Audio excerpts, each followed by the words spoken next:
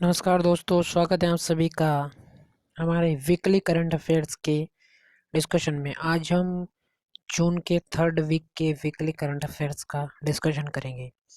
तो चलिए शुरुआत करते हैं इस टॉपिक के साथ कि रज पर्व अथवा राजा पर्व उड़ीसा में जून माह में मनाया जाने वाला 3 दिवसीय त्यौहार है।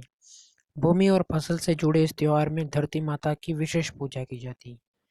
यानी कि प्रत्येक वर्ष जून माह में उड़ीसा में रज पर्व या फिर जिसे आप राजा पर्व भी कह सकते हैं वो मनाया जाता है।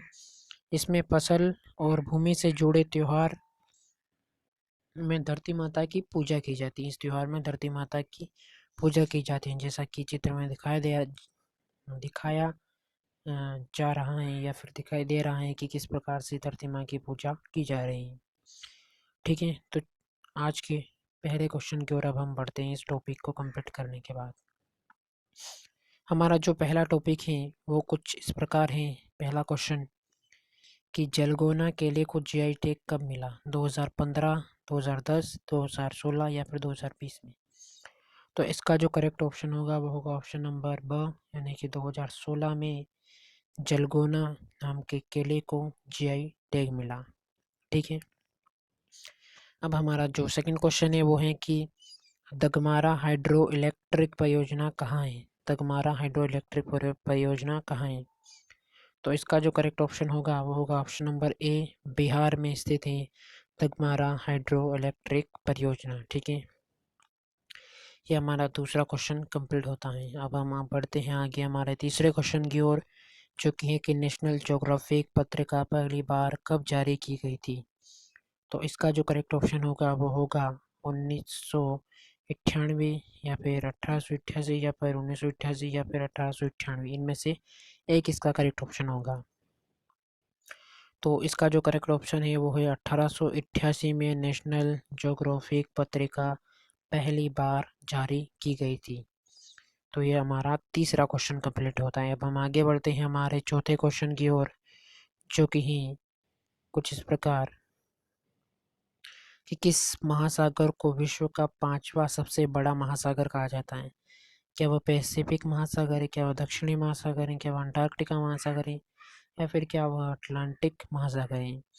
तो इसमें से जो हमारा करेक्ट ऑप्शन होगा वो होगा ऑप्शन नंबर स, दक्षिणी महासागर वह महासागर है जिसे विश्व का 5वां सबसे बड़ा महासागर माना जाता है या फिर कहा जाता है।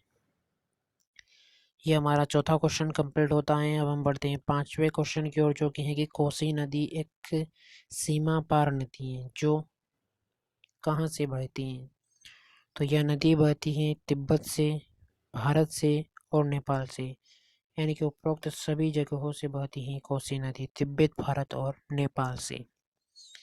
अब हम आगे बढ़ते हैं हमारे नेक्स्ट क्वेश्चन की ओर, जो कि है क्वेश्चन नंबर 6।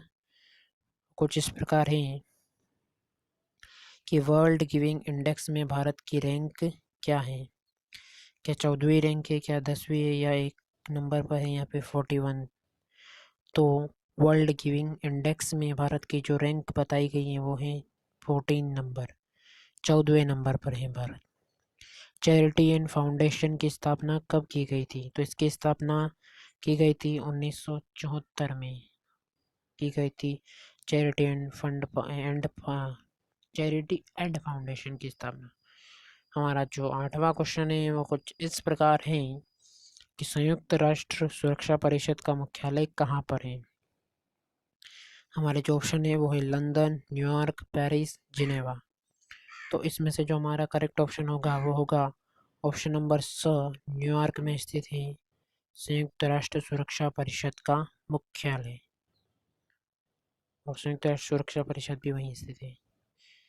हमारा जो नाइन्थ नंबर का जो क्वेश्चन है वो है कि वर्ल्ड होम प्राइड इंडेक्स 2021 में भारत की रैंक क्या रही है? तो इसमें से जो है हमारा करेक्ट ऑप्शन हो जाएगा होगा ऑप्शन नंबर बी, 55 नंबर पर है Bharat world home price index 2021 की रैंकिंग में। हमारा जो 10वां क्वेश्चन है वो कुछ इस प्रकार है कि फेडरल बैंक की स्थापना कब हुई थी?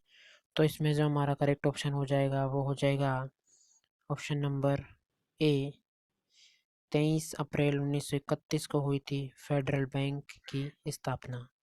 तो ये हमारा 10वां क्वेश्चन कंप्लीट होता है। अब हम आगे बढ़ते हैं हमारे आज के 11वें क्वेश्चन की ओर, जो कि है यूरोपीय पवन ऊर्जा संघ की स्थापना कब हुई थी। इस क्वेश्चन को करने से पहले हम एक छोटी सी जानकारी यहाँ पर ले लेते हैं कि आप YouTube पर सर्च कीजिएगा शुभम नागर, शुभम नागर A1। ये इंग्लिश पढ़ाते हैं और इंग्लिश के बहुत ही इंटरेस्टिंग वीडियोस आप इनके चैनल पर देख सकते हैं और बहुत ही इजी वे में आप इंग्लिश इनके द्वारा सीख सकते हैं। तो ज़रूर सर्च कीजिएगा यूट्यूब पर शुभम नागर A1। और इनकी जो टैगलाइन है वो है, यदि करना हो इंग्लिश का सेवन तो सब्सक्राइब कीजिए शुभम नागर A1।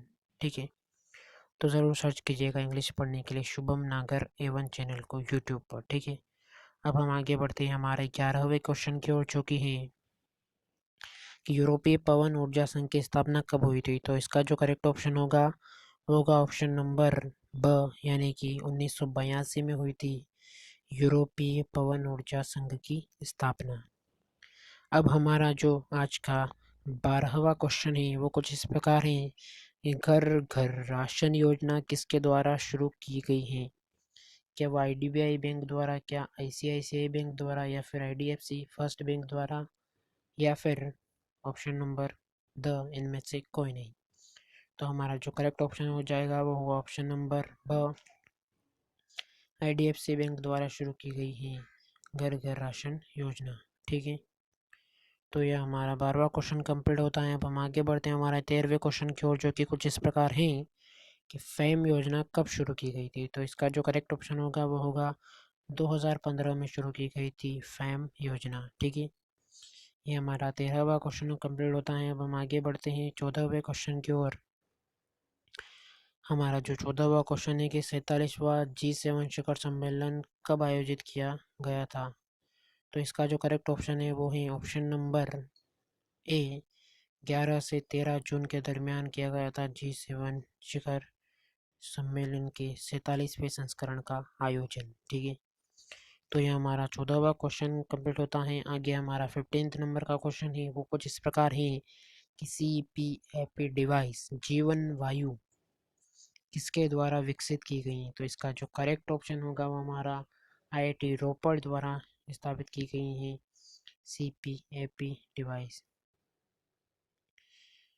ठीक है, तो ये हमारा 15वां क्वेश्चन कंप्लीट होता है। अब हम आगे बढ़ते हैं हमारे 16वें क्वेश्चन की ओर, जो कि है भारत मौसम विज्ञान विभाग कहाँ स्थित है। तो ये स्थित है महाराष्ट्र के पुणे शहर में, या फिर हैदराबाद में, या फिर कलकत्ता में, या फिर नई दिल्ली में।